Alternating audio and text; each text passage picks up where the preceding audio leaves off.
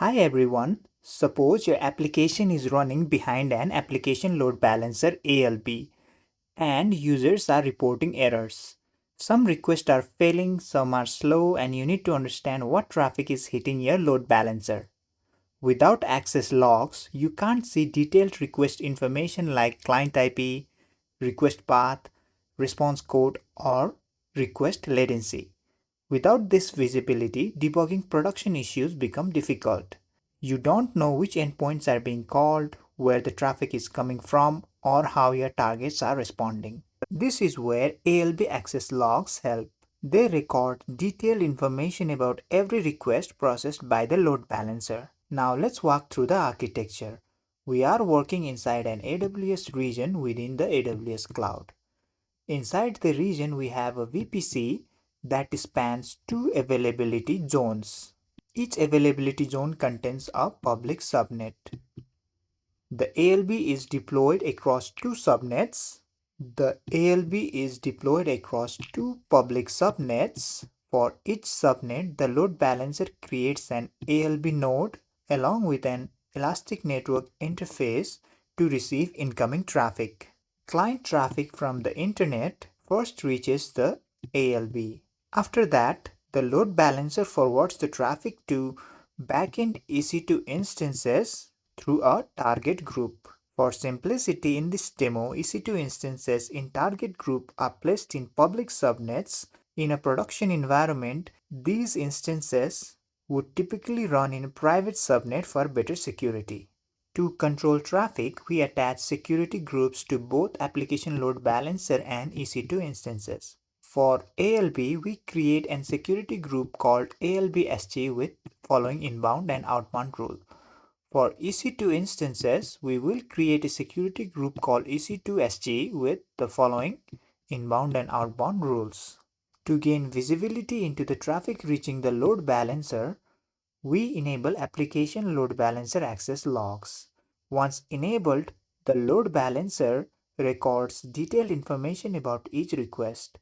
These access log records are then delivered to S3 bucket. To allow this, we must configure a bucket policy that grants permission to the load balancer service to write logs into the bucket. Now that we understand the architecture and how ALB access logs capture request traffic, let's move to the AWS console and see how to configure this in practice. Now that we are in the AWS console, let's open VPC. Click Create VPC. Under VPC settings, select VPC and more. Let's give this VPC a name. Scroll down. For number of availability zones, select 2. For the number of public subnets, select 2. For the number of private subnets, let's select 0. Scroll down and for VPC endpoints, let's select none. Now click Create VPC. Scroll to the bottom and click View VPC. Under Resource Map tab, we can see we have created a VPC called Demo VPC with two public subnets in AP South 1A and AP South 1B availability zone. Both of these subnets are connected to Internet Gateway through this route table called Demo RTV Public. So it shows that both of these subnets are public as they have path to Internet Gateway. Now let's go back to our AWS console and open EC2. From the left hand side under Network and Security, let's click Security Groups. Click Create Security Group. Let's create a security group for ALB. So let's give this security group a name. For description, let's put dot. For VPC, let's select Demo VPC. For inbound rule, let's click Add Rule. For custom type, let's select HTTP. For source, let's select Anywhere IPv4. For outbound rule, let's leave as it is for now and scroll to the bottom and click Create Security Group. We can see we have created a security group called ALBSG. Again, let's go back to our EC2 console. Again, under Network and Security, let's click Security Groups. Click Create Security Group. Let's give this security group a name. This security group will be used by our EC2 instances. For description, let's put dot. For VPC, let's select demo VPC. For inbound rules, let's click add rule. For type, let's select HTTP. For source, let's select custom, and in the search bar, let's select ALBSG. Let's select ALBSG. Scroll down. For outbound rule, leave it as it is. Scroll to the bottom and click Create Security Group. We can see that we have successfully created our security group called EC2SG.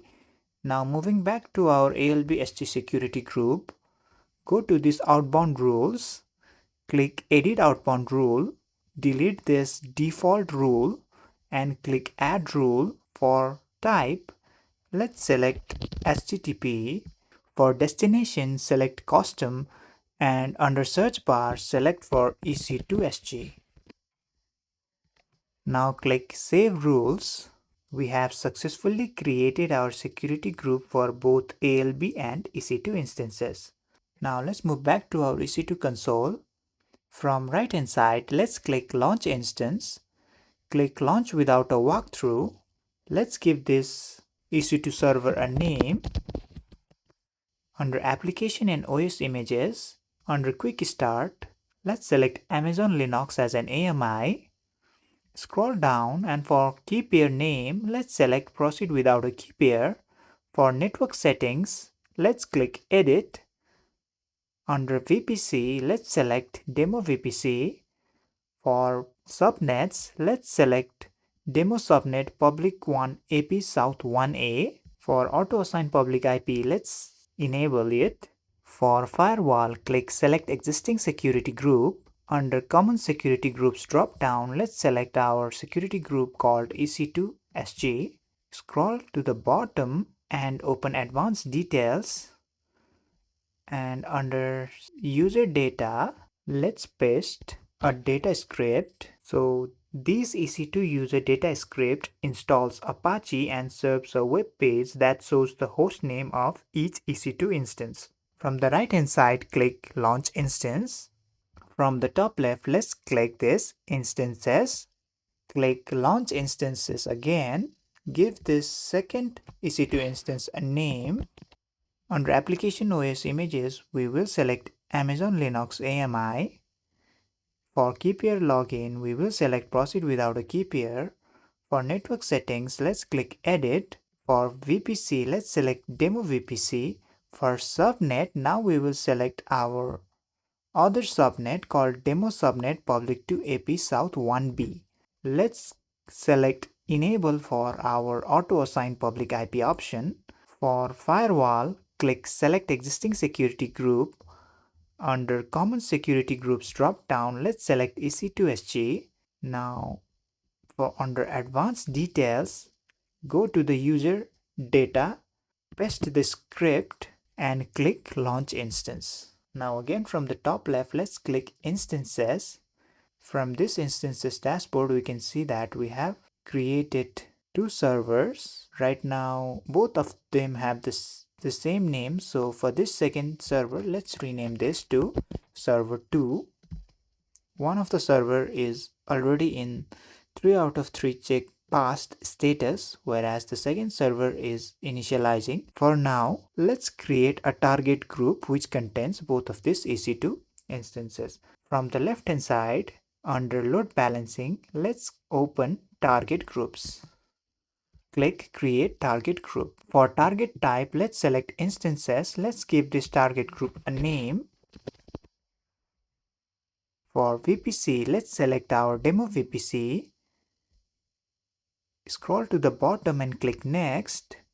Select both of these instances. Click Include as pending below. Under Review Targets, we see we have both of our EC2 instances. Now click Next. Scroll to the bottom and click Create Target Group. We can see we have successfully created our target group called Demo TG. From the left hand side menu, under Load Balancing, let's click Load Balancer. Click Create Load Balancer.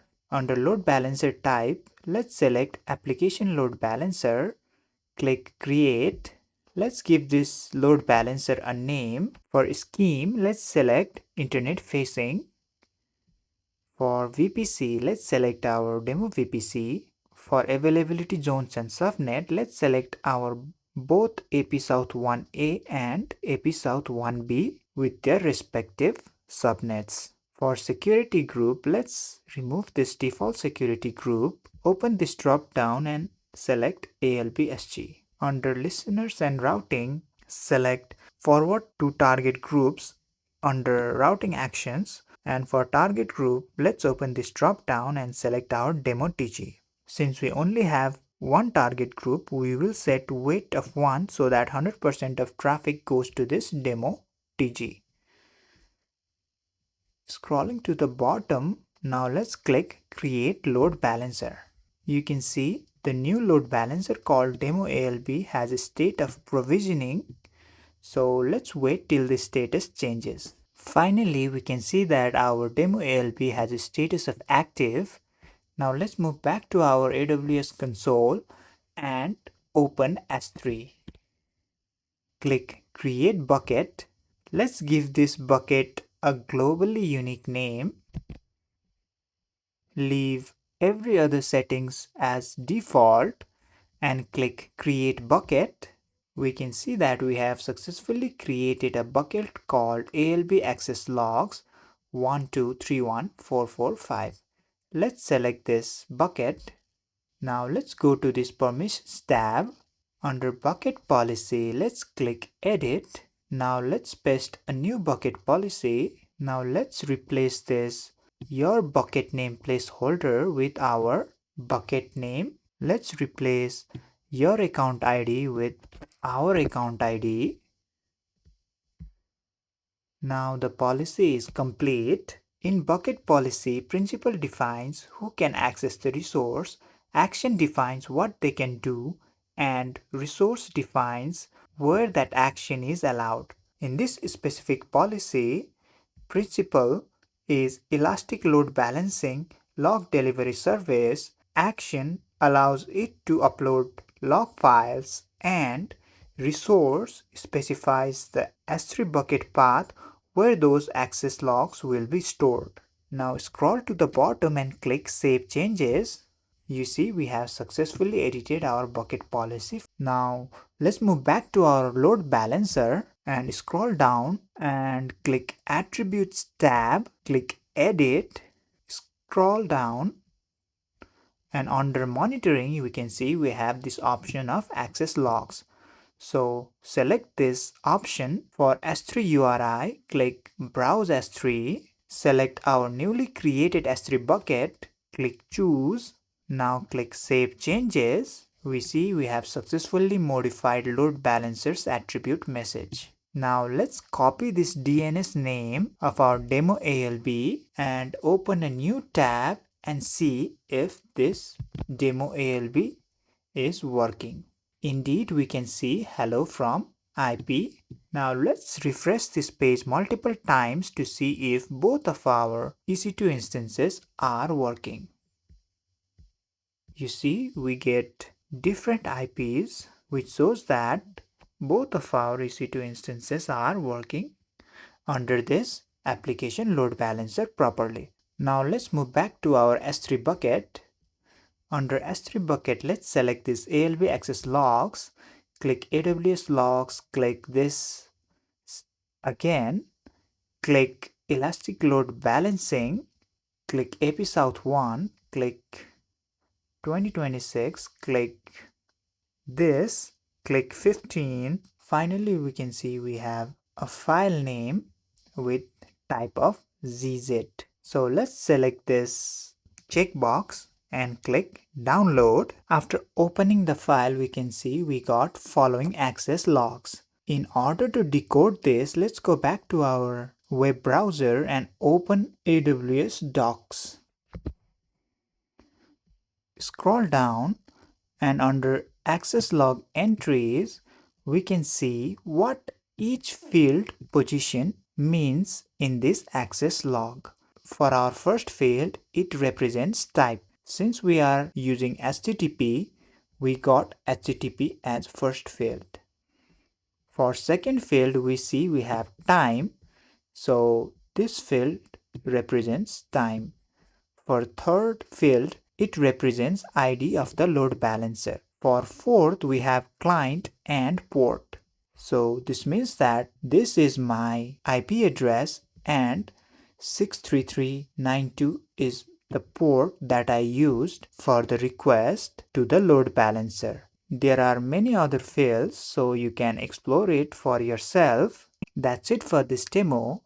To prevent unnecessary cost, let's go back to our EC2 instances and select both of this server, and under instance state, let's click terminate instances. Let's click terminate. Let's move back to our load balancer. Let's click actions and click delete load balancer. Let's click confirm and click delete. Let's move back to our target group. Under actions, let's click delete and click delete again. You see we have deleted our target group called demo TG. To wrap up, in this demo, we enabled application load balancer access logs and configured them to be delivered to an S3 bucket. We saw how load balancer captures detailed request level information, which helps us monitor, troubleshoot, and analyze application traffic. With this setup, you now have full visibility into the traffic hitting a load balancer, making it much easier to debug issues and optimize your application. Thanks for tuning in.